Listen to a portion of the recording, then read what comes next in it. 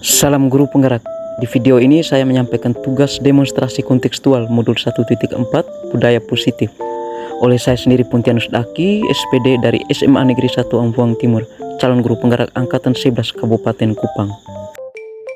Pada video demonstrasi kontekstual ini saya menampilkan praktik segitiga restitusi untuk menyelesaikan permasalahan siswa di sekolah saya SMA Negeri 1 Ampuang Timur. Sebagai informasi, segitiga restitusi adalah suatu proses dialog yang dijalankan guru agar dapat menghasilkan murid yang mandiri dan bertanggung jawab. Terdapat 3 tahapan segitiga restitusi, yaitu yang pertama menstabilkan identitas. Di tahap ini dilakukan berdasarkan prinsip membuat kesalahan adalah bagian dari proses pembelajaran, di mana pada tahap ini dapat menggeser identitas gagal menjadi identitas sukses. Yang kedua, validasi tindakan yang salah. Pada tahap ini dilakukan berdasarkan prinsip setiap perilaku berupaya memenuhi suatu kebutuhan tertentu, sehingga dengan mengenali dan mengakui kebutuhan murid akan memperbaiki hubungan dengan murid. Yang ketiga, menanyakan keyakinan. Pada tahap ini murid akan diberi pertanyaan-pertanyaan untuk memunculkan motivasi secara intrinsik sehingga mampu mengaitkan keyakinan dengan tindakan yang salah.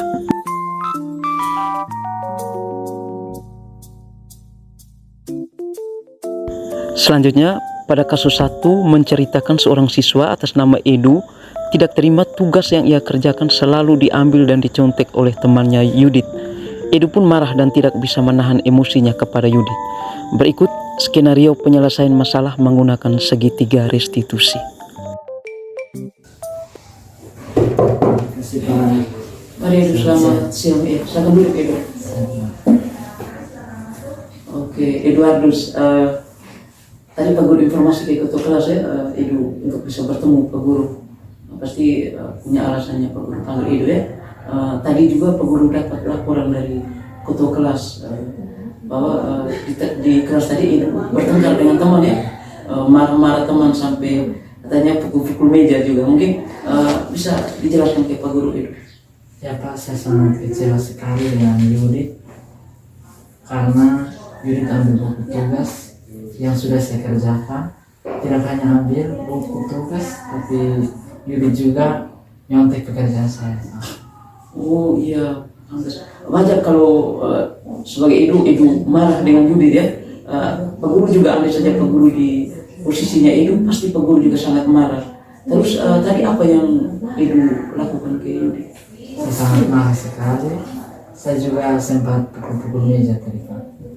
Oh iya, pasti Edu sampai berbuat seperti itu, pukul meja sampai marah-marah Yudit, pasti itu ada alasannya. Benar sekali Pak, saya sangat kecewa sekali dengan Yudit, makanya saya buat begitu. Kan saya suka capek-capek tugas, baru Yudit ambil dan nyontek Pak.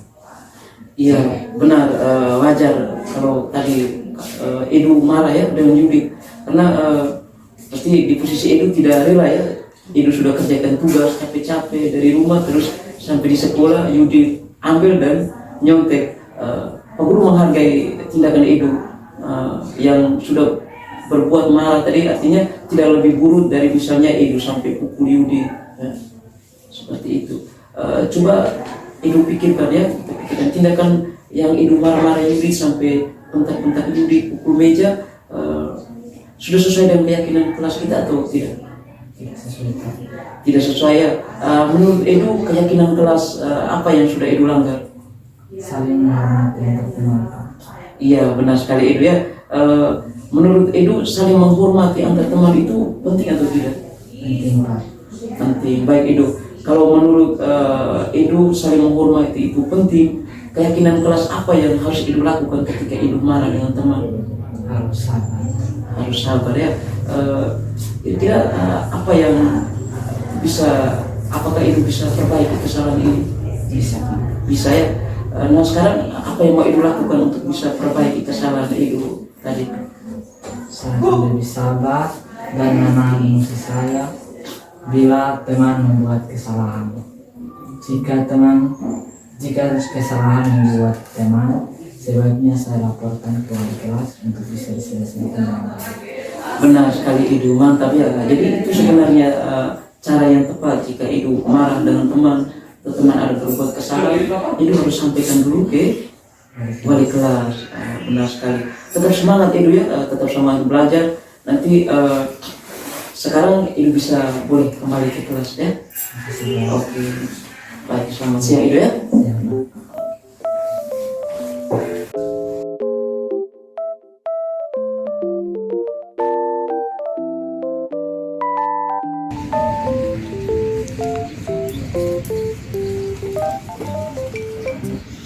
Selamat pagi, salam dan bahagia.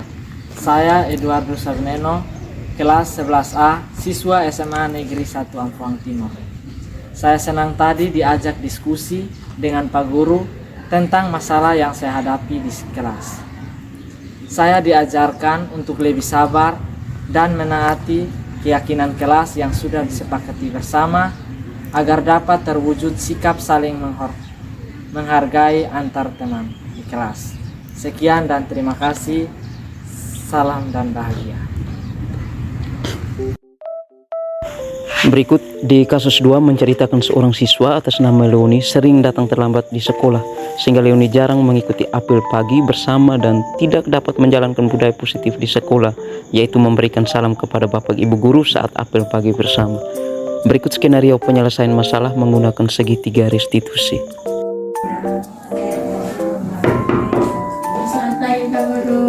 Hai, selamat pagi Leoni, mari masuk. Oke, salam dulu.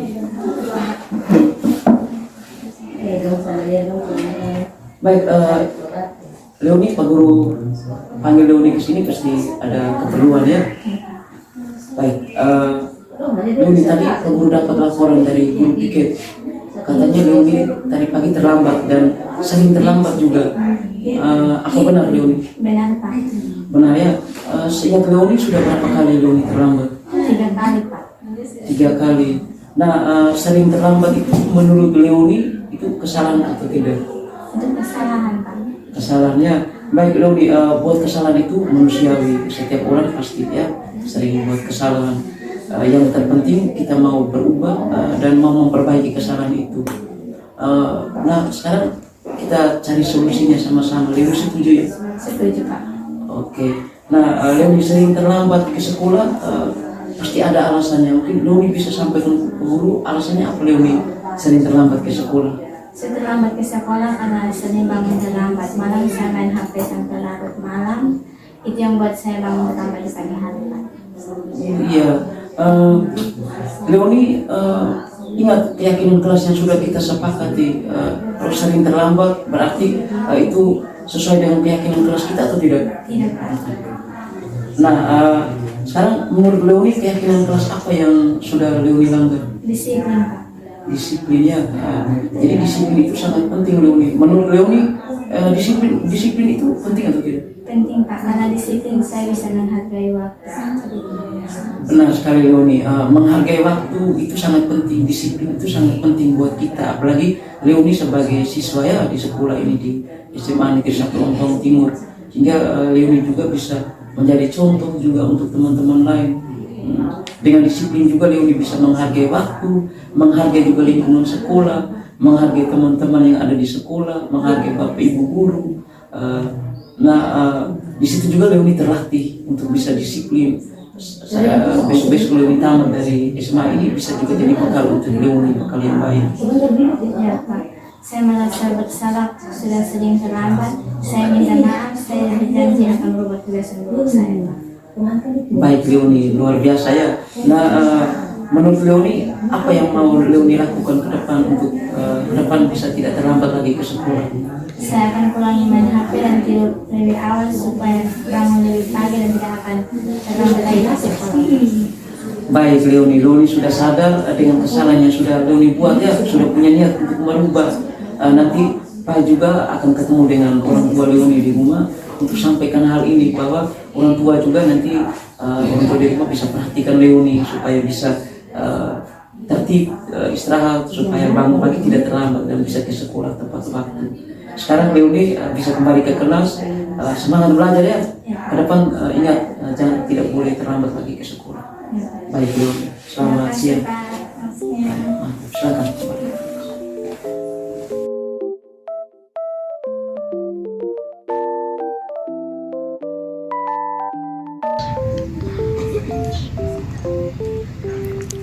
Selamat pagi, salam dan bahagia. Nama saya Leoni dari kelas 11B, siswa SMA Negeri 1 Amphoang Timur. Saya senang tadi bisa berdiskusi dengan Pak Guru tentang masalah yang saya hadapi. Kekurangan saya bahwa saya kurang disiplin, dalam hal ini sering datang terlambat. Dan setelah saya berdiskusi dengan Pak Guru, saya dapat menemukan solusi untuk merubah kebiasaan buruk saya, sehingga saya dapat disiplin waktu. Sekian dan terima kasih. Salam dan bahagia.